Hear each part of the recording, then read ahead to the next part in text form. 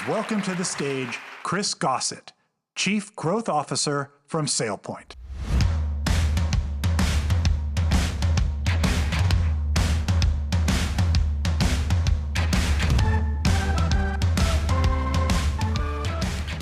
Good morning, everyone. It's really an honor to be here today to talk to you about a topic that I'm really passionate about and that sits at the heart of modern cybersecurity. And that's building a modern, connected, secure, and extensible ecosystem for identity security. So let me start with a challenge that many organizations face but rarely confront head-on. And it's this concept of application amnesia.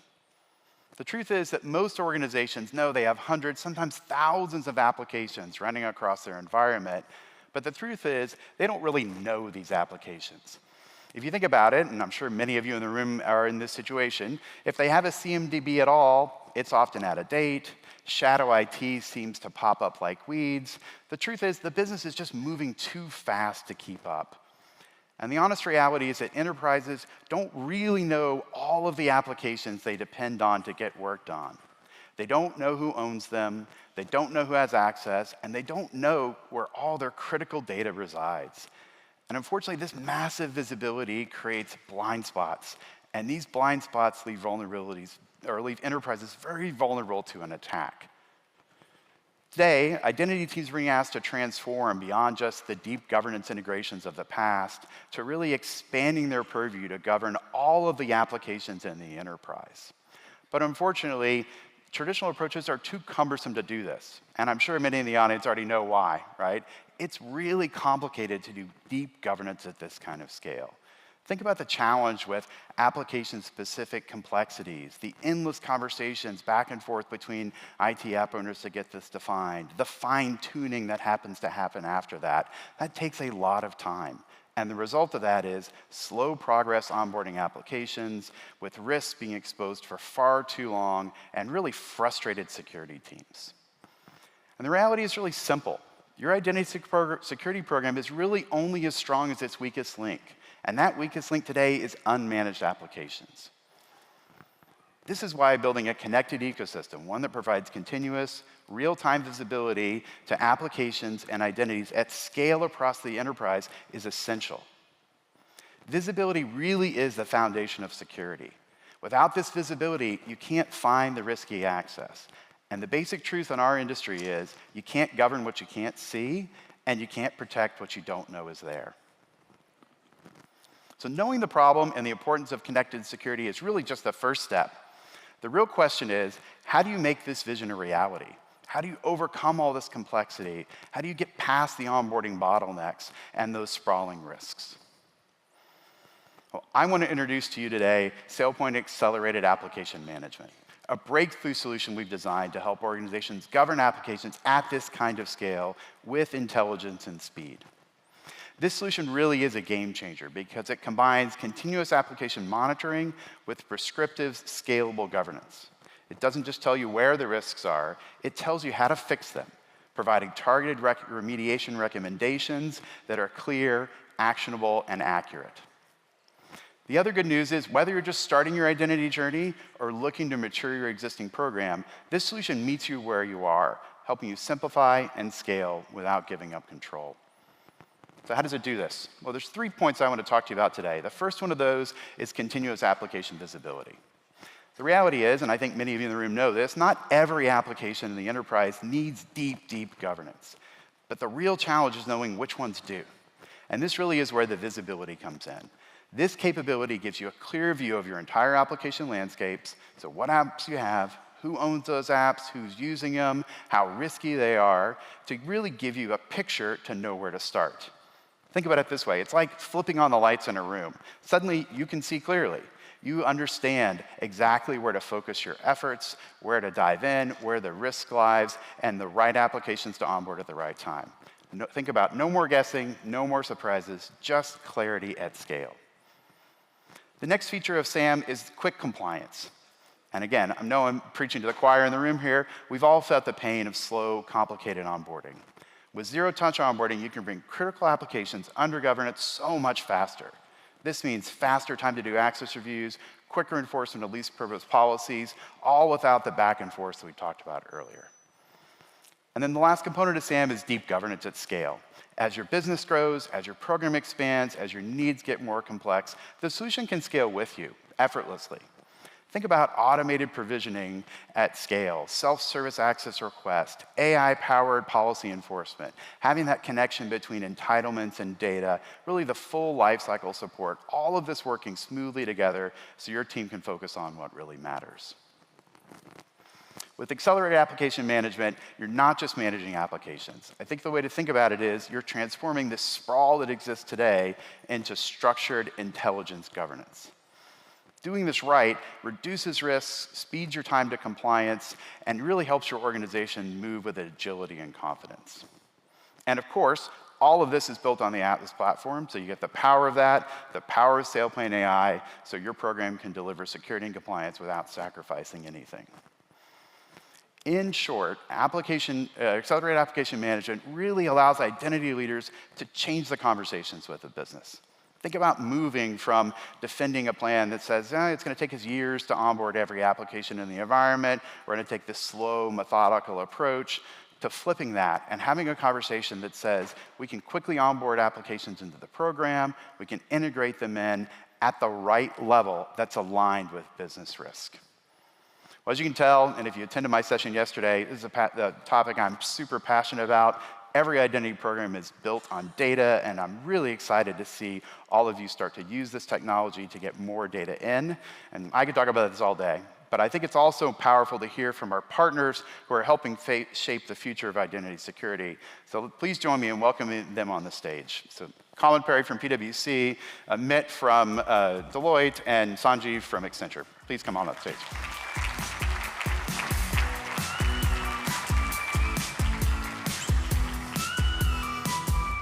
Thanks, man. Thanks so much. How are you? We're good. Thank you. I'm here. Hey, thanks. How are you? Well, as they set up the chairs, I'm super excited about this. It's going to be great. Yeah, likewise. This is awesome.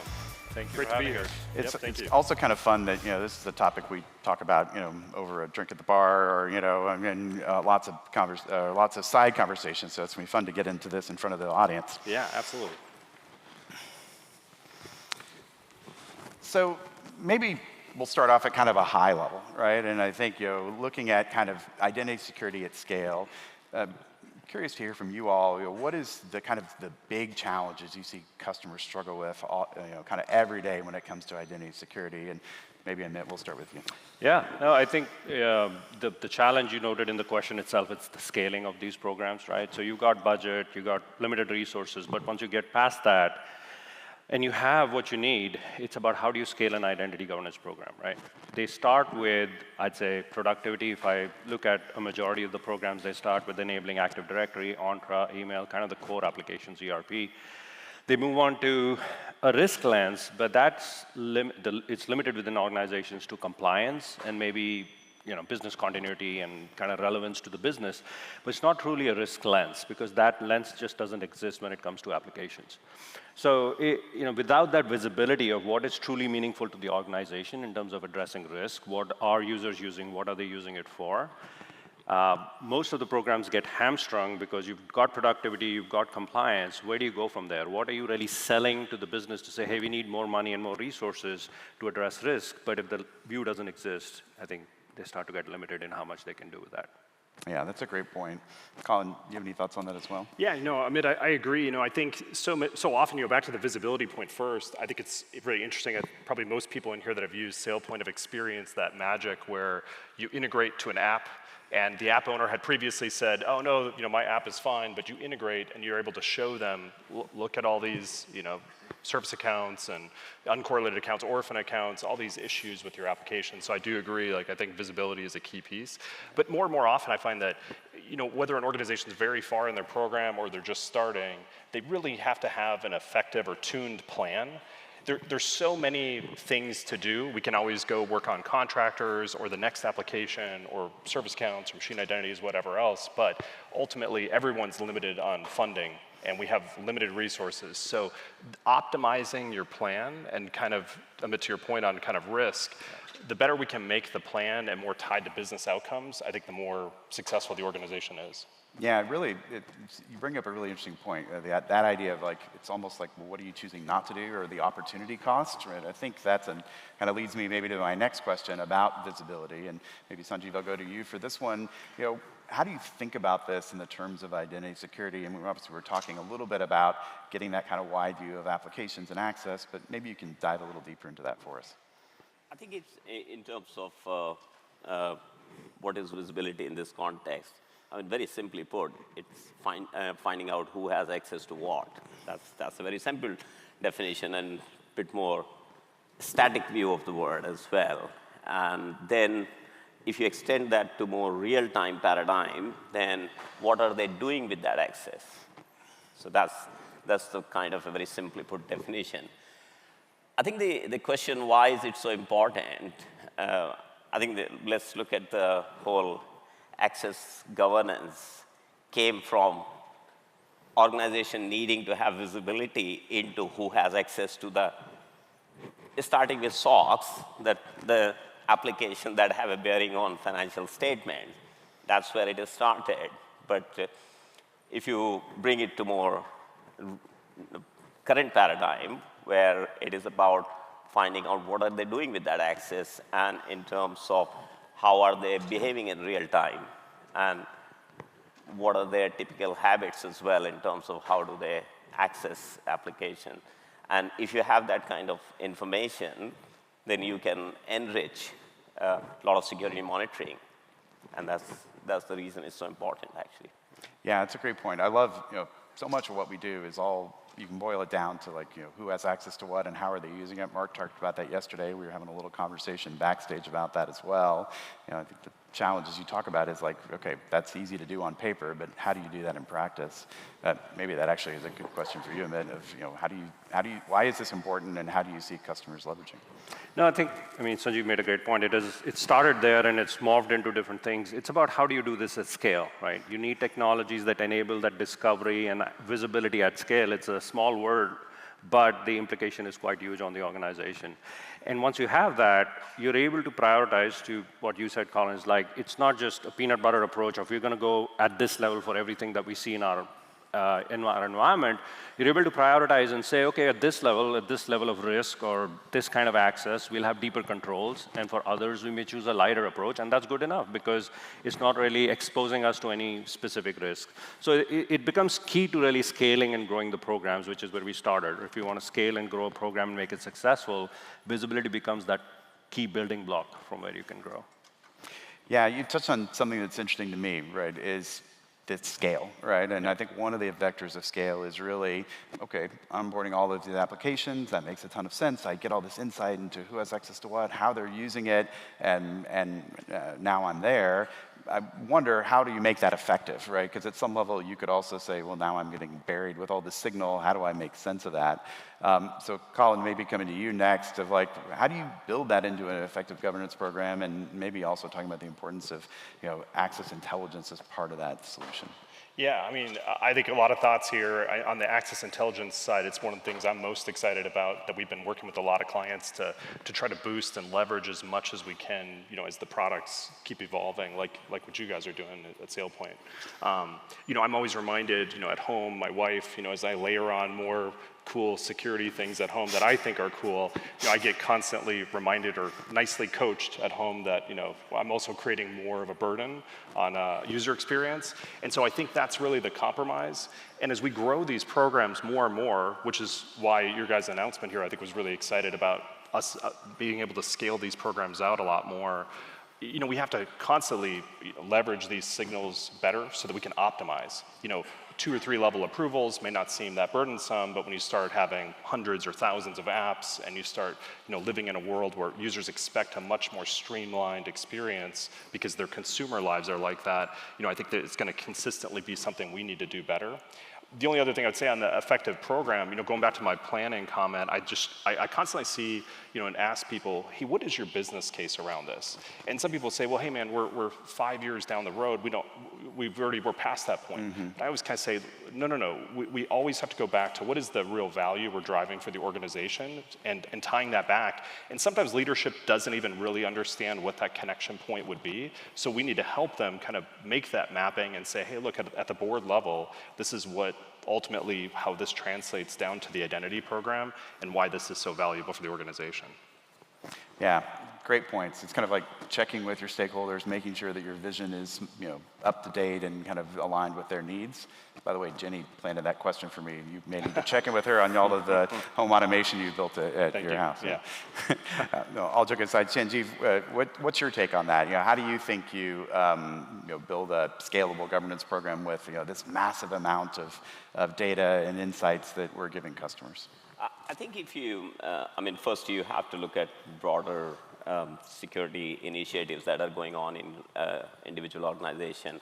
You see on the one hand, zero trust is going on the other hand, identity transformation and the SOC transformation is going on.